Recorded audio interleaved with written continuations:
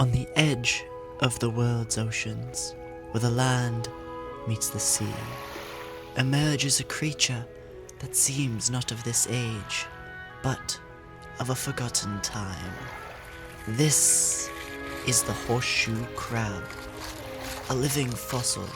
It roamed the seas for 450 million years, long before the dinosaurs.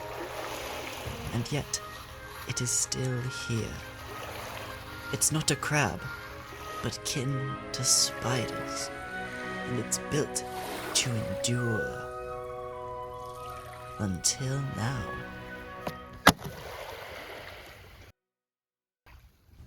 Each year, under moonlight, they return to spawn where their kind has for ages.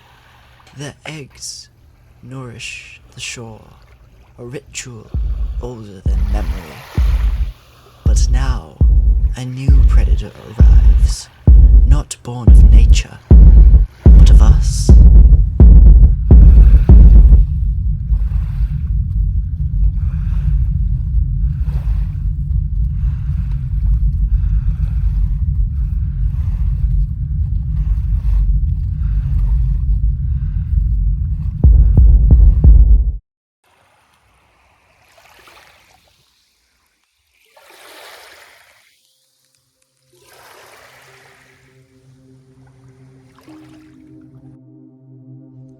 Horseshoe crabs are equipped with a natural alarm system that detects bacterial toxins. Limulus amebicate lysate, or LAL, is a component extracted from horseshoe crab blood cells that signals endotoxin presence by clotting. Since the 1970s, horseshoe crab blood has been used in the biomedical industry, helping us develop and ensure the safety of drugs, vaccines, and medical devices. The process of collecting this blood is as unsettling as you'd expect. These ancient creatures are captured and brought to a laboratory where they're strapped down and lined up.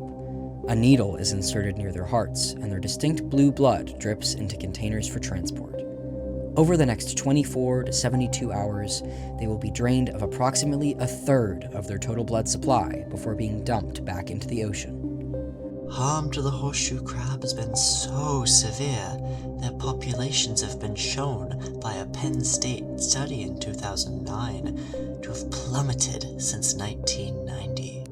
But in the story of the horseshoe crab, all is not lost.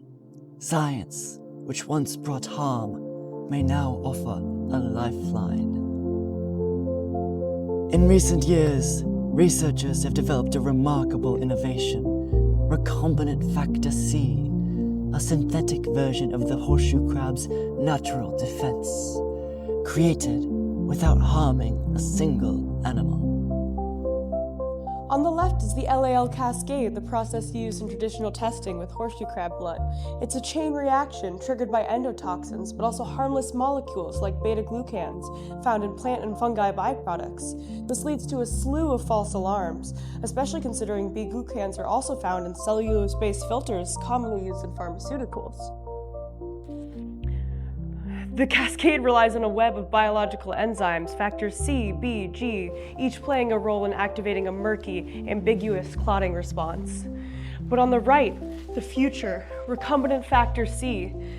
This streamlines this process using only one key protein. RFC activates only in the presence of endotoxins. With no interference, no ambiguity. When positive, it produces a bright blue light that's directly proportional to the amount of endotoxins present. With this new technology, horseshoe crabs can persist, but why is it not being used? Limulus amebicate lysate is the industry standard. It would be costly to transition to RFC. Additionally, LAL companies lobby to keep their product in use. You don't need a lab coat to make a difference. The survival of the Atlantic horseshoe crab is in our hands, and here's how you can help. First, you can contact your representatives. Let them know that you support horseshoe crab-friendly policies that protect them and promote the use of synthetic alternatives like recombinant factor C. Back crab-friendly legislation like Senate Bill S-4289, which pushes for improved regulation and the end of unnecessary harvesting. Support harvest moratoria or temporary bans that give populations time to recover. And if you're near the coast, you can volunteer, participate in spawning surveys, beach cleanups, and horseshoe crab tagging projects that help scientists track and protect this keystone species. Finally, if you see a horseshoe crab that's on its back, flip it over. A small, simple act of kindness that can save a life. The blood of the horseshoe crab has saved us. Now we must save them.